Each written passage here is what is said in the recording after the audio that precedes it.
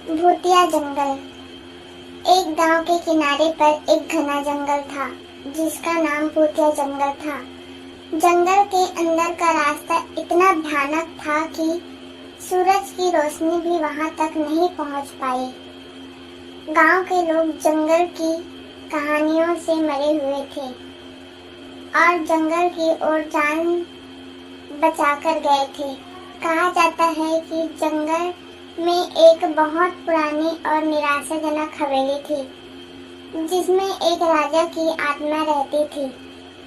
राजा अपनी मृत्यु से कुछ ही दिन पहले अश्वमेध प्राप्त करने के लिए उस निवास में गया था, लेकिन वह वापस नहीं लौटा और उसकी आत्मा वहीं कैद हो गई।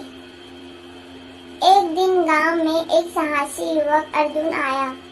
उसने गांव वालों से जंगल के बारे में सुना और कहा कि वह रहस्य की तह तक जाएगा।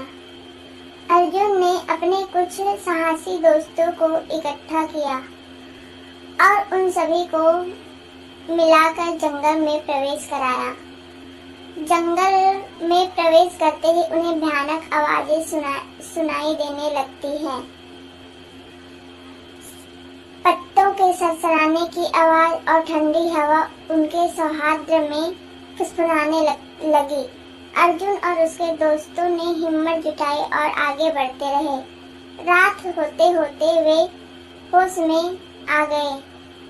घरों से एक अजीब सी रोशनी निकल रही थी। उस रोशनी को देखकर वे सभी समझ गए कि यहाँ कुछ अलौकिक है। उन्होंने हवेली के अंदर कदम रखा और देखा कि हवेली के अंदर का दृश्य किसी रोशनी महफिल की तरह था। हवेली के मध्य भाग में एक बड़ा हॉल था जहां राजा की आत्मा को शांति पाने के लिए पूजा की जाती थी। अर्जुन ने देखा कि हॉल के बीचों बीच एक पवित्र अग्नि जल रही थी और उसके चारों ओर अदृश्य शक्तियां थी।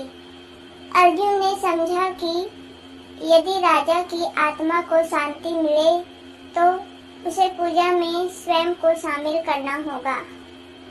उसने और उसके दोस्तों ने जंगल के प्राकृतिक आकृतियों का उपयोग करके पूरी निष्ठा के साथ पूजा की।